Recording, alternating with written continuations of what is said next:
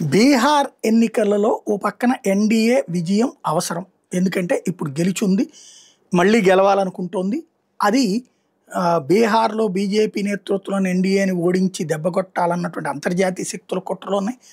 అట్లాగే దేశంలో ఉన్నటువంటి వాళ్ళందరూ కూడా చాలా గట్టిగా ప్రయత్నిస్తున్నారు. దేశ రాజకీయాలు మార్చడానికి ఇదొక ఎత్తుగడ అన్నట్టు. ఈ సందర్భంలో ఎన్డీఏ భాగస్వామ్యాల మధ్యన చిచ్చొచ్చింది. 101 బీజేపీ ఇదే జేడీయూ తీసుకుని 100 బీజేపీకి ఇచ్చి అక్కడ 202 పోను మిగతా 42 సీట్లలో అంటే 243 అక్కడ ఉంది. అందులో 25 రామ్ విలాస్ పాస్వాన్ కొడుకు చిరాగ్ పాస్వాన్కి ఇవ్వడానికి, మిగతాది వాళ్ళకి 7 వాళ్ళకి 6 అట్లాగే మాంఝీ పార్టీకి ఇట్లాంటి వాళ్ళకి ఇవ్వడానికి ప్రిపేర్ అయ్యారు. అయితే క్రిందటిసారి మాకు అట్లా అన్యాయం చేశారంటూ రామ్ విలాస్ పాస్వాన్ కొడుకు అప్పుడు బయటికి వెళ్ళిపోయి విడిగా పోటీ చేశాడు. ఇప్పుడు మళ్ళీ చెప్తున్నాడు 40 సీట్లు ఇవ్వకపోతే ఎన్డీఏతో కటీఫ్ అని చెప్తున్నారు.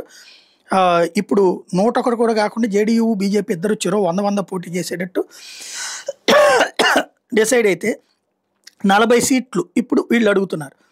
40 సీట్లు ఇచ్చేటట్టయితే 3 మిగతా వాళ్ళందరికీ ఇవ్వాలి. మాంఝీకి కావచ్చు, అట్లాగే ఠాకూర్లకు కావచ్చు, వీళ్ళందరికీ ఇవ్వాల్సింది అది.